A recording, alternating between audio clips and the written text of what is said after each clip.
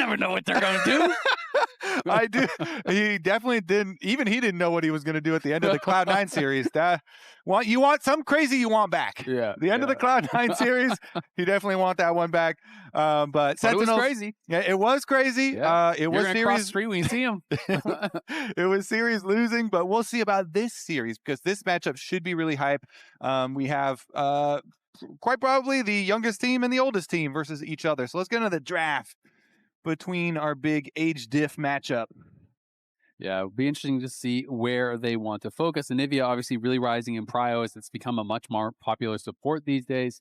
Still solid in the mid lane as well. Yeah, and even top lane, it's a gigaflex. Mm-hmm. I love how Anivia has just bloomed into super high prio because of the flexibility. And there's actually so many good top lane matchups for her right now too. So yeah, Ryze still up and available. Pantheon still up and available.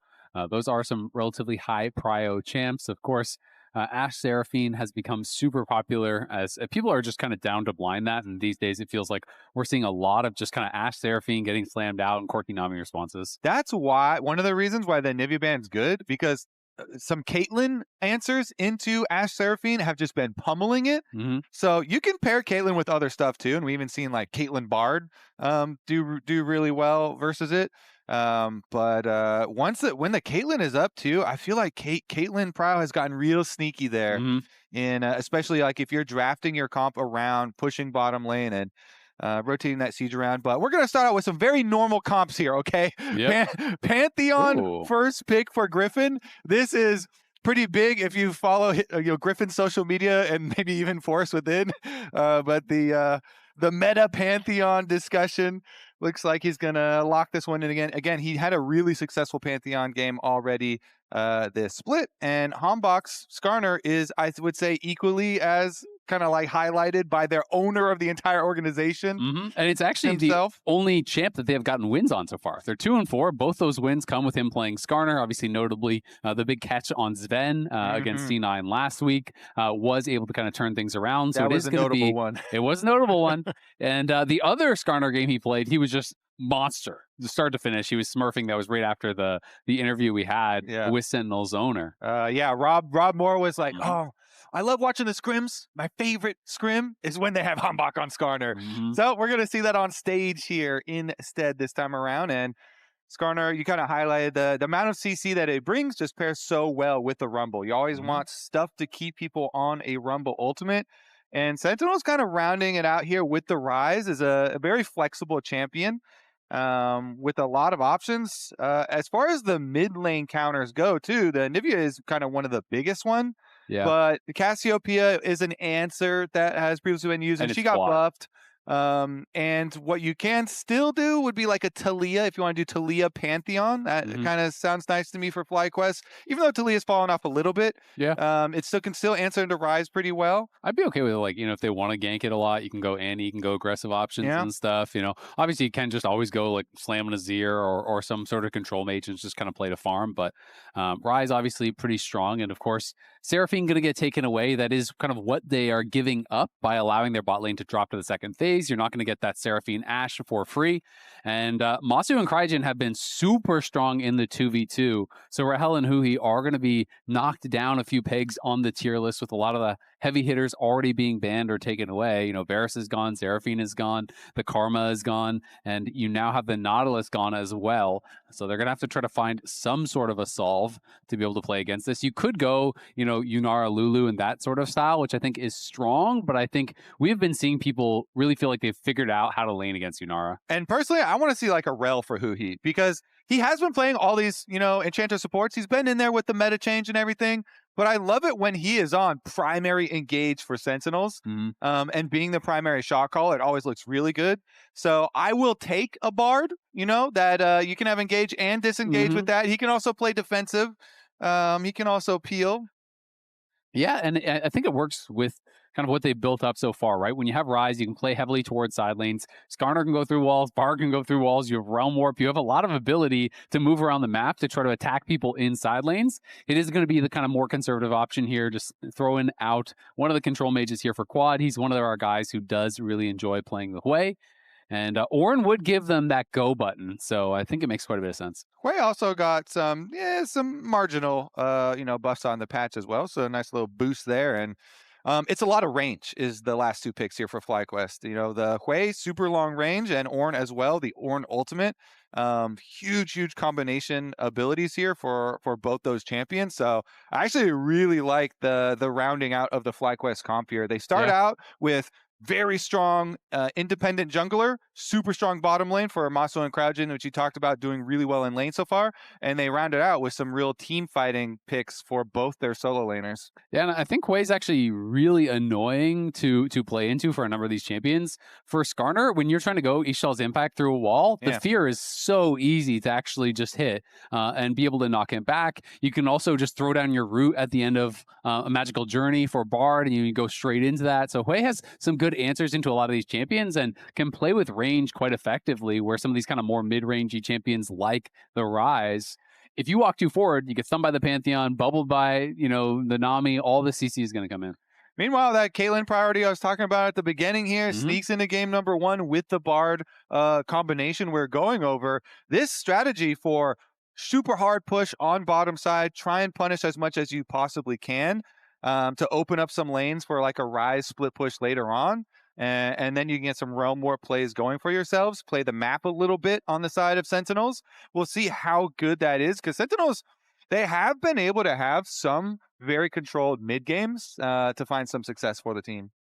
Yeah, we'll see if they're going to be able to get things going the right way. Sentinels still looking for their first series win of the split here. FlyQuest, of course, having a very dominant win against DSG last week, and Gryffin looking to pick up where he left off there. He is posturing for a potential fight at the Raptors here at level 1. Yeah, gets a rock in the face. Get away from my Raptors. Never mind. Ward down, though. Ward is there, but Ward also seen, so they can work around that vision. And interesting thing is, when it's warded like that, especially, people are always really hyper-focused nowadays on starting Raptors, so you get your Raptors to respawn quicker.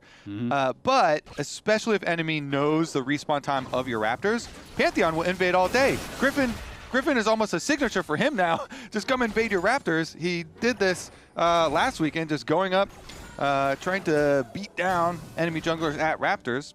Big hype, though, for this matchup is the age difference. Very big age differences, the biggest in the LCS, and you can see support and top especially. Yeah, namely on display, especially in the top lane. An interesting way to look at it is the age difference, since we always do like at 15 or 14 stats, in League, is 2015.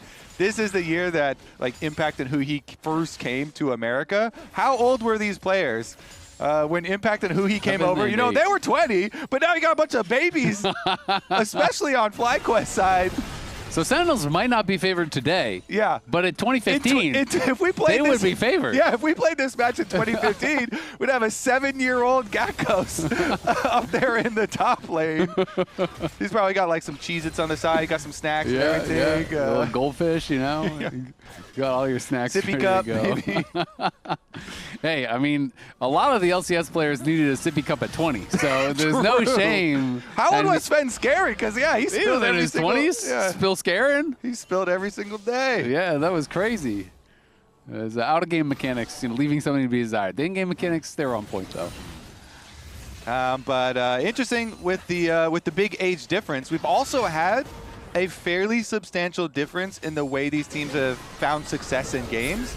And it shows up a lot in the early game stats in general for these two teams. FlyQuest, you would kind of expect the young team with lots of mechanics, and I don't know, I feel like people always just imagine like you're hot-headed if you're young and you're just like super aggro, trying to take a bunch of fights, to have an early game advantage. And if you thought that, you would be right. They have had some very positive early game gold stats for themselves, and Sentinels the kind of opposite, and it feeds into another one of these just like assumptions that people have, especially that are surrounded like, oh yeah, well the older players, they've got to be bigger brains or something to cause them to be able to come back from gold deficits, right? You you have to be wise to come back in later stages of the game, right? Exactly. Stay calm under pressure. It's also kind of crazy because these are at 14 stats, but I was looking at the at 15 stats, which you can obviously see on Games of Legends, and Impact is averaging down over 700 gold at 15, and his entire team's deficit is significantly less than that. Yeah, they chopped it. It was like 400 something, so the rest of the team's making up for part of.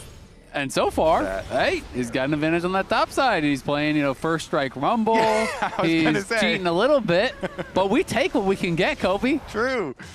You don't really take your matchups into account when you look at stats, right? You know, just it's a numbers game. Exactly. But yeah, rumble, of course, earning the extra gold there. Always nice to take first strike versus the tanks. Try and farm off them even more since Gakgos is just looking to sustain and scale up for his team, and we're having a lot of that so far. You know, everything really going according to plan so far. Just calm farm game from both sides. Caitlyn side on the bottom here pushing in, trying to make the most of the siege, and you buy some time for a little Bard roam and go and get... Oh, we have a little fight here on the second chickens. Yeah, this is actually really nice because Huhi has made the move. Cryogen is coming up, but you cannot be walking in like that, Gryffin. He's going to give over a freebie. Flashes back, does get a stun onto HamBak, but he saw they were there and then just decided to go back in, and that was really ill-advised. Support has pushing bottom lane, so support roam. Mid lane also pushing, so mid lane walk over. And what we talked about earlier with the Raptor respawn timer desync, since it is the third camp for HamBak, since he did his red quadrant, but it's the fourth camp for Gryffin on the other side. He's able to get there for the steal. Yeah, and now Gryffin is going to be put way behind. So I want to see, how much did he actually see? I mean, you knew that Ryze was walking from mid lane because you saw him leave from mid lane. I mean, there's just no way. There's just no way you can defend that because he saw the Ryze walking in and they knew that Bard is missing. Even if Bard is not there, you still should not be walking in knowing that the Ryze is going to be there and the Skarner is there. Yeah, it is one of the super dangerous parts about the Caitlyn Bard lane. It does buy the Bard a lot of roam timers, and we were kind of just talking about, as we saw in the bottom lane, then push in, getting the extra roam timer. So him coming plus, very easy setup for Ryze there. No flash or even ghost necessary for DARKWINGS to get into range. Very nice start for the first blood for Sentinels, and we might have to readjust our early game stats, Azael. This game is definitely going to affect them, as very, very successful early game for Sentinels. Yeah, no kidding. I mean, HamBak is now up almost an entire level. Massu going to go in onto Rahel and chunk him down a bit, but HamBak way ahead of Gryffin now at this point, and Gryffin was looking for that mid lane gank, but had been warded out by a ward over on the Raptors, so he gets nothing. He goes and sees, okay, well, can I steal away your Raptors? But those were down, so Gryffin, that entire time that Dragon was being taken, didn't do a single camp and didn't get a gank off or anything. So he is now down 20 CS, didn't get the kill, didn't get the Dragon, and having a very ineffective early game on the Pantheon. Okay, let's see if he can turn it around or if it is going to be another Rob Moore favorite of HamBak Skarner highlights. Because, man, HamBak really is so good on this champ. I do think it is still, especially for solo queue, a bit underrated. Very good tank in the meta at the moment. And it's set up with a really nice chance to succeed in this comp as well. Especially with the Rumble here for Impact doing well, farming up. You need to have some real threat behind the equalizer. So, you know, he's making good on the first strike money, as well as fairly healthy CS difference for himself in the top lane. So, I mean, it does look like a very nice pathway through this game for Sentinels. They've got the Mountain Dragon for the extra defense. What about this brush camp, though? Don't think HamBak is too scared at all about face checking. Looks like we are going to have the Realm Warp available for DARKWINGS. Does he want to use it? They're going to try to go on to Impact, I think, here. Potentially no. Instead, they're looking for HamBak, but the Realm Warp is going to join them up. And now, Gakgos has no mana, no health. They got to get out of here, but the Impale is going to be able to land right in onto Gryffin. Equalizer comes down across multiple members, but it is HamBak that falls first. Cryogen has arrived earlier than the Bard, and they're going to try to chase for more. Huhi's still moving up for now. Gryffin low on health. The heal going to come out. They're going to look for DARKWINGS. He flashes, but he's stunned. Dies for free after the flash is donated as well. Huhi just arriving to the grubs now, and FlyQuest got a couple big kills back. The kids get some revenge right there. jungle fight. They get the chase down here, pulling back Skarner and being able to finish him off. Really nice combination from Quad to have the full damage. Yeah, and Huhi stole the scuttle. What in... He stole it with an auto attack, and now Griffin's got to leave. Dude, Gryffin is still down 20 jungle CS. He has a smite, too. I guess he just didn't think he needed it, or maybe didn't see the auto attack coming out of the brush. Maybe it came up right after the scuttle. The real victory goes to Sentinels, though. Yeah. Grandpa might have taken a little bit of time to get up there, but he was on point with his auto attack once he got there. So, I'm looking back at it now, he was fully out of vision. So Gryffin would have had to react to seeing the visual of the Q from the brush. So you can give him, you know, you can give him a pass. Give him some consideration on that one. But could also say, you know, gotta be you're so young, right? Yeah, you should be able to react to any visual that pops up. But here's another look at it. So this is a realm warp here. I thought it was going to actually be good, consolidating the fight. Never mind. Massu does eat a trap, gonna get bound into the wall, and in comes HamBak. Ishtal's impact straight into the wall. Massu flashes back. Here comes the ulti. Massu still surviving for now, but Cryogen has to flash out as his AD carry falls. Nice little setup there from Sentinels. I'm not sure how Massu initially got trapped, but the CC just kind of didn't end after that. Yeah, let's see. I mean, now you're gonna lose a lot of minions here on the bottom side as well. Good gank from HamBak here, syncing up with Huhi's Bard. And they're going to just push this Caitlyn into full siege mode, you know, accelerate with all this extra money off the tower plates on bottom side. A lot of extra alone time there. Still looks very good for Sentinels overall. You know, HamBak got to his heart steal immediately there. Recalls, gets it. Here's the initiation, was just a beautiful ult from Huhi. Ult into Bard Tunnel, and then the Corki was actually close to the wall, so he was like, oh, great. Well, I'll just get a Cosmic Binding on the Corki here. Yeah, that was really nice little done. setup. Huhi's making moves across the map, okay?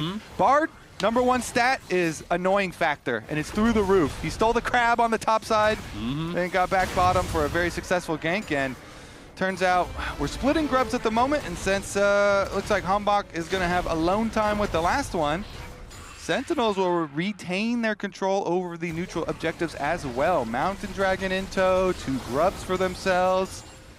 Using that Mastercard power spike of the Heartsteel very effectively, as obviously Gryffin didn't have his item completed just yet. He then based after taking that first grub and was able to grab that. And the Tempered Fate into Trap, obviously pretty strong combo. When we snapped down to there in live, we just saw him in the trap, but hit that Bard ultimate, sets up the trap, and he was pretty much perma-CC'd after that, because it's Bard ult, into trap, into binding, into Ishtal's impact, into, well, you can flash, but you're not going to get out of there anyway. FlyQuest, though, are first in the area for this dragon, and we'll see if Sentinels want to try to contest it. Gold lead slightly in their favor, as well as that 1 dragon advantage. Scuttle Crab at least achieved for FlyQuest to give him some vision, but might be a bit dangerous to actually fight it. So, I mean, honestly, it's only a dragon #2. You've got Ornn scaling you want to rely on, maybe. So they're going to give this one up for sure. Just have DARKWINGS push mid lane, try and get an extra little, you know, head start on that minion wave. Maybe he can chunk out one. Oh, they're going to rotate over. Griffin's got a blast cone. He's going to ult through. Oh, here he comes, but he's going in a little bit too late. They want to try to look for a fight, but they're not going to be able to find it. So the Grand Starfall gets a bit of nothing. Gakgos had walked down pretty much all the way because neither top laner had TP and Impact equalized the wave. So they were thinking, hey, maybe if Gakgos can get down here in time, we could find a fight. At the end of the day, though, the Grand Starfall amounts to nothing, and that is a long cooldown to be using. Yeah, I was wondering what angle. Well, here we go, another Bard ult. Tempered Fate there, binding. Trap going to be able to follow it up as well as he is getting CC'd. The bubble gets flashed over by Rahel. In comes HamBak with the Ishtal's impact. He's going to flash in for the Impale on the Massu, who has no flash available. It's a double for Rahel as Huhi sets him up, and Rahel knocks him down. So Huhi is one of the oldest players on the Rift right now. His mechanics looking pretty good. Setting up a lot of CC chains, a lot of plays for the team. I don't know. Sentinels here, 2,000 gold lead early on. This is not a common occurrence for them. They had, you know, some good setup though. Huhi hunting here, saw Cryogen.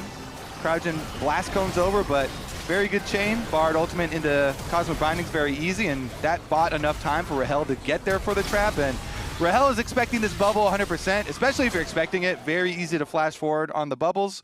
So it's a double for the Caitlyn. Hex optics already done. Ooh, it's going to get painful for FlyQuest. Massu looking a little frustrated there as he goes down again. HamBak preying on that bot side. 2 visits, 2 kills onto the Corki. And Cryogen starting to feel that as well. I think I'm with Rob Moore. The favorite Sentinels games are usually with HamBak on Skarner. Mm-hmm. He's looking good. Can't say he's not. He has been really playing it well across all 3 of the Skarner games. He's looking very comfortable on it. And they are going to go in, but I mean, you're not going to get a kill here onto HamBak. He has Rahel behind him, so we'll get them prio around this scuttle at the very least. Question is, who can even answer the Ryze bottom right now? I mean, Ornn has teleport. They're doing kind of a hover with Hwei on top. So they are ending up with a teleport coming from Ornn. Ryze already has a team here, though. Yeah, and that tower is getting kind of low. He's going to be able to clear out the wave, and we'll be able to hold on to it for another wave or 2. But Gryffin and Cryogen moving down here. HamBak and huhi in the area. Could be a potential 3v3, but I don't think FlyQuest wants that. You'd be very low on damage with 3v3. Honestly, good play from Impact up there. He didn't play overly aggressive on the Rumble. That was the cost for FlyQuest was very apparent. We didn't get to see anything happen for them on top side. The reason they were paying that cost though is to try and make a play on Impact. They have both solo laners up there. Quad walks up. He's like, okay, if Rumble steps too far or anything, maybe we can make a play top side. Then you teleport down bottom and catch up with the Ryze wave. But conservative play from Impact during a correct timing there, and ends up with an extra turret plate for the Ryze for DARKWINGS on the bottom half of the map, and teleport used. Yep, good to be able to stay safe. Gryffin the one starting up this Herald for now. Massu trying to get this wave moving in the right direction, but they just do not have prio to start this up. His bot lane is pushed in, the Realm Warp's coming through, Ishtal's impact into the wall. The Impale going to get flashed away from. DARKWINGS taking quite a bit of damage here from Massu and Cryogen. They're going to try to re-engage with the Grand Starfall, but it's right in onto a trap. Gryffin is still going, but he's so low on health, buying a little bit of time as the double knockup comes through from Gakgos. The Spiraling Despair is there as well, but Quad is knocked down. It's another 2 kills for Rahel. FlyQuest just don't have the damage to be looking for a fight like this. It seemed like a big overforce. Yeah. Oh, that's a rough one. I mean, so Pantheon has to flash out, and it's a good flash, to get out of the Skarner combination. Because if you let the E go into ultimate, then you're gonna get locked into death. But then Pantheon ulting back in, your spear goes in the ground. Caitlyn knows exactly where to put the trap. So if you ult ever close to a Caitlyn who's not like under threat or something and won't be able to cast a trap, then it's pretty easy for the Caitlyn to put a trap right where you're gonna land. huhi here starts it off, another good Bard ultimate into the Skarner chain. It's just barely a little window there. Gryffin can flash out, and you look at the chase down.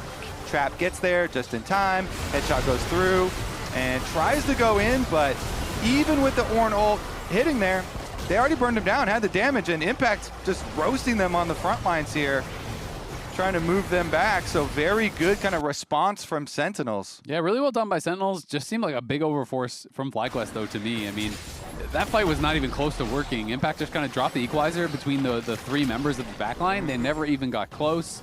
And Gryffin, yeah, he had to flash the Impale, but he didn't have to be there. You saw that you had lost prio mid. You saw that they're walking over from there. He could have walked up towards quad and out towards top lane and saved his flash.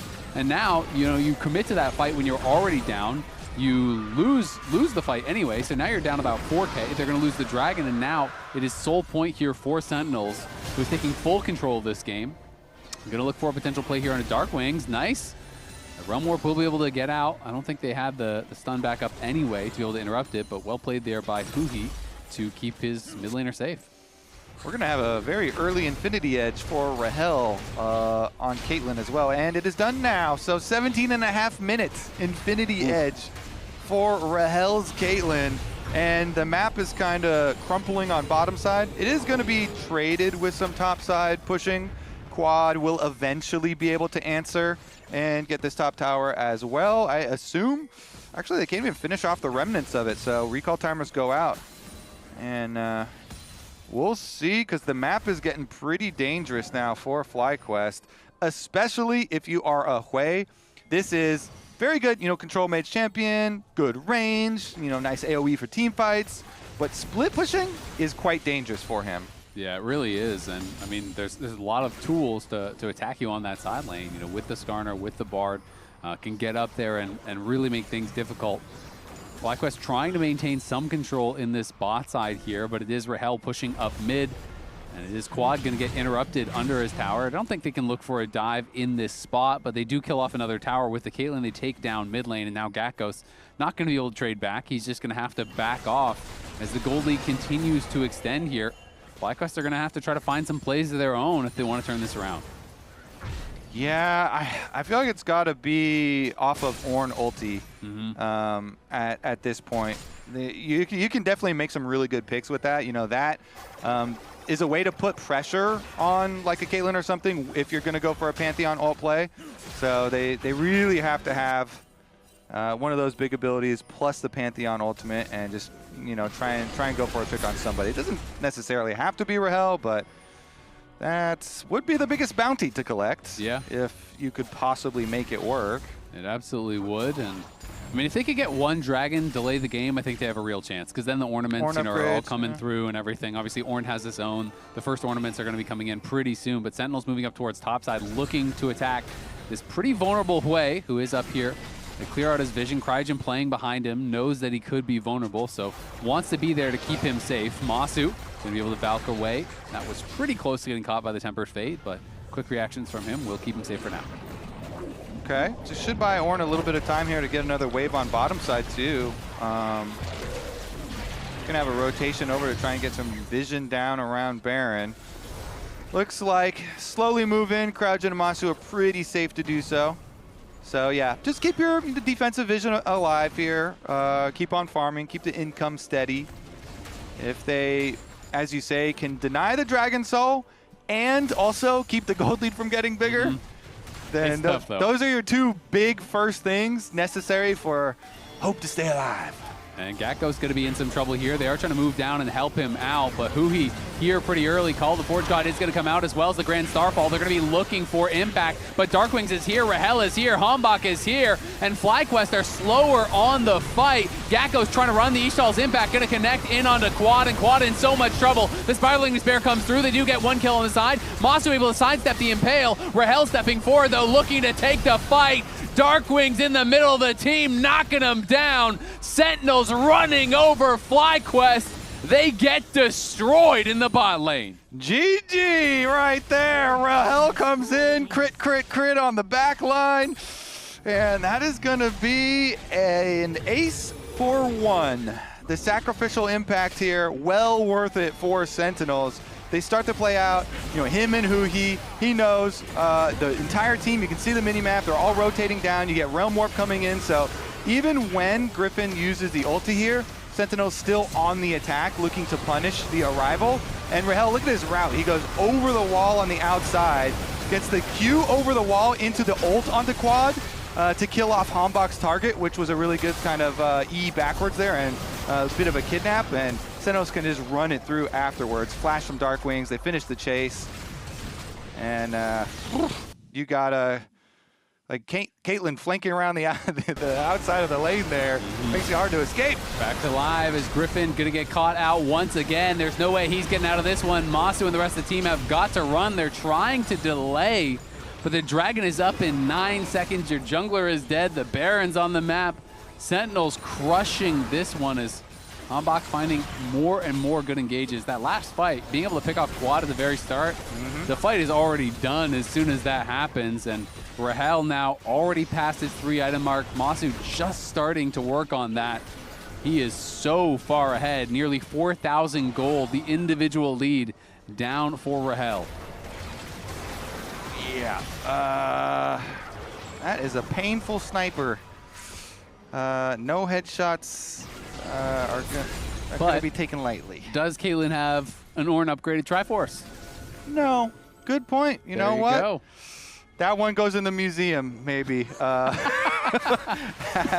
after the end of this. That's what you're holding on to, though. Yeah. You're like, you know what? We scale, play for late guys. We got to make a pick. You're always hoping for one of these big picks. Yeah. You do, you know, have you know, scale. You got some capabilities here. You do too. You got to make up a lot of gold here for items, but you do it by making picks. The Protobelt Hwei looking for a pick on an impact. Go. It's going to work because he Protobelts out. And now they're going to try to go for the Call of Forge God. Can he find the redirect onto Rahel? Easily sidestep Rahel with that Cloud Soul move speed.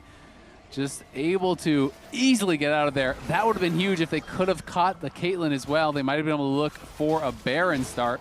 But Gryffin now in his own jungle has been spotted by Sentinels. Rahel pushing up mid lane onto that tier 2. And Gryffin just going to have to give up yet another buff here as HamBak continues to build that lead. Yeah, I mean, this is what happens usually when you're that far behind in the late game and you're trying to make comeback plays. Commit a lot to one side so you can get your pick. But because of the extra gold lead that's been built up and the pushing on the map, you're allowed to get so much more for Sentinels still. So our two things that we were saying for FlyQuest hope to remain alive, one of them was deny the Dragon Soul. That one didn't go so well. The other one was keep the gold lead low at like 4K diff. That one also not going so well. No check but mark. Third ornament. There you go. Those are going well. That is going well. Another ornament. It's a 3-0 ornament lead for FlyQuest. It's so frustrating too, Cloud Soul. When you're playing against Ryze and you're already like, what do we do about this split pusher? Well, now he runs fast. He's super fast. The entire team is super fast. Even the Skarner that's cruising through walls at you and kidnapping your carries is... And then he impales you and he hits the NOS and drives away. True. Takes you back to the base. True. That's actually the funnest part. Yeah, that's crazy. Oh, no. But we'll see. Okay, well. Now you're praying for Elder. Let's be real, as they're going to look for an engage here. Impact taking a lot of damage. He's going to get bubbled up. Nicely timed Tempered Fate. Immunes the pop there from the Spiraling Spare. Gryffin trying to attack on the side. Massu getting involved here. But it just doesn't really hurt HamBak, and HamBak is not scared of this Corki whatsoever. FlyQuest looked like a decent start, but at the end of the day, they can't really find anything and do lose the tower. Yeah, they keep going after Ornn Rumble after this, after Impact here, and honestly, rightly so. But good defense from huhi there, kept him alive. Now Gakgos. Call of Forge God going to be coming out. They are looking for the stun here, interrupting the Call of Forge God, redirecting. Gakgos flashed over the wall, but he's got no way out from this spot. It's a pretty easy pickup there for Sentinels, and immediate pings back onto the Baron. Yeah, no way for him to waddle out of mid lane. That's the other really troublesome part about being super far behind in games is there's a bunch of wards from your opponents that are so deep on the map. When you move out onto the map, they have a lot of teleport locations to just teleport on you and collapse after a play occurs. So Sentinels make good on the trap there, the punishment. And now with Baron, I mean, you really cannot stop Caitlyn this fed with Baron buff siege. Like, you just can't do it. It's going to be very, very He's got difficult. flash and barrier up too, and a bard that can defensively ult on and good lock timings. It, and your soul laners are super strong too. They're both up 2K individually, so even if you somehow magically kill Rahel, you might just be dying to the Rumble as well as the Ryze, because everything would have to be sent onto him. So Sentinels looking like they are very close to being able to close this one out, and would be a big win in a game one here against FlyQuest, who I think a lot of people were favoring, though this obviously is one that could go either way. Yeah, definitely so. Yeah, Sentinels looking pretty controlled here. Ooh, good immune there. Yeah, nice Bellows Breath, immunes the Tempered Fate. Cryogen not so lucky. Stunned, suppressed, knocked into the wall. It is fish for dinner. Cryogen's dead in a hurry as they're just trying to play for some sort of vision. You know your only chance, and it's kind of a snowball's chance in hell at this point, is stealing the Elder, right? So you're trying to get some vision in that area, but Sentinels are clearing everything out, and they do not want a 50-50 to decide a game like this. They are just looking to barrel down the mid lane and see if they can close it out with another pick. Ooh, I think they're going to be successful in that endeavor. Mid tower already down. Bot side, DARKWINGS has the minion wave here, ready to evaporate this tower as well. And Impact, even looking for a little bit of an angle here. Can they get even more? Caitlyn trap starting to go down. I mean, the closest timer is Elder, so that's what they're thinking is nobody make any, like the only possible way Sentinels like kind of lose this game, somebody blunders at the Nexus right now, and then FlyQuest. That headshot was 60% of his HP. Ouch. Yeah, that's an ouch. That was literally one auto. Good Okay. One bullet is all it takes. Yeah, I guess rapid fire headshot, legit all it takes. As Massu sent back to base. When do you think that IE is coming in for Corki? Next game? Next game, yeah. Right. Next game, yeah. That sounds about right. He's got a dagger right now, so. That's not too close to an IE. Yeah, so now all No, we gotta not. do, guys, all we gotta do is just play connected, okay? The True. only way Just we're gotta gonna play lose together. is getting picked. Yep, just keep getting picks, play connected. I've been loving our huhi shot call listen-ins. Mm-hmm. He had a really good one in the FlyQuest series. That's another bullet into Massu's head. Wait a second. Someone might want to block that. Nah. He's not the president anymore. Too many deaths. They're like, you know what? He's been downgraded. Nobody really wants to take that. Yeah, that's fair. Well, Massu gonna pop the barrier as impacting a ton of damage. Cryogen might just burn down. He does. Darkwings on the side, dueling against Gryffin. He's winning that. And the Elder is being killed at the same time. Sentinels loses no one as it's just a couple members looking for the fight. Now the Realm Warp comes through. The three-man knockup. Massu is just shot out of the air. Rahel has been unstoppable start to finish as Sentinels dominate the first game here against FlyQuest. HamBak and huhi want to chase quad. They want another kill to pad the stats, but it's Impact, it's Rahel, and it's eyes on closing out this first game. Quad is going to die as well. DARKWINGS can't get there to steal the kill, but the Nexus will fall as it is 19-4 in just under 30 minutes. Sentinels going to be able to close it out and take game one. Beautiful game from Sentinels. Controlled, methodical, big plays from huhi, HamBak, and honestly, all of them quite good. It's I guess the hardest part about this game is going to be the discussion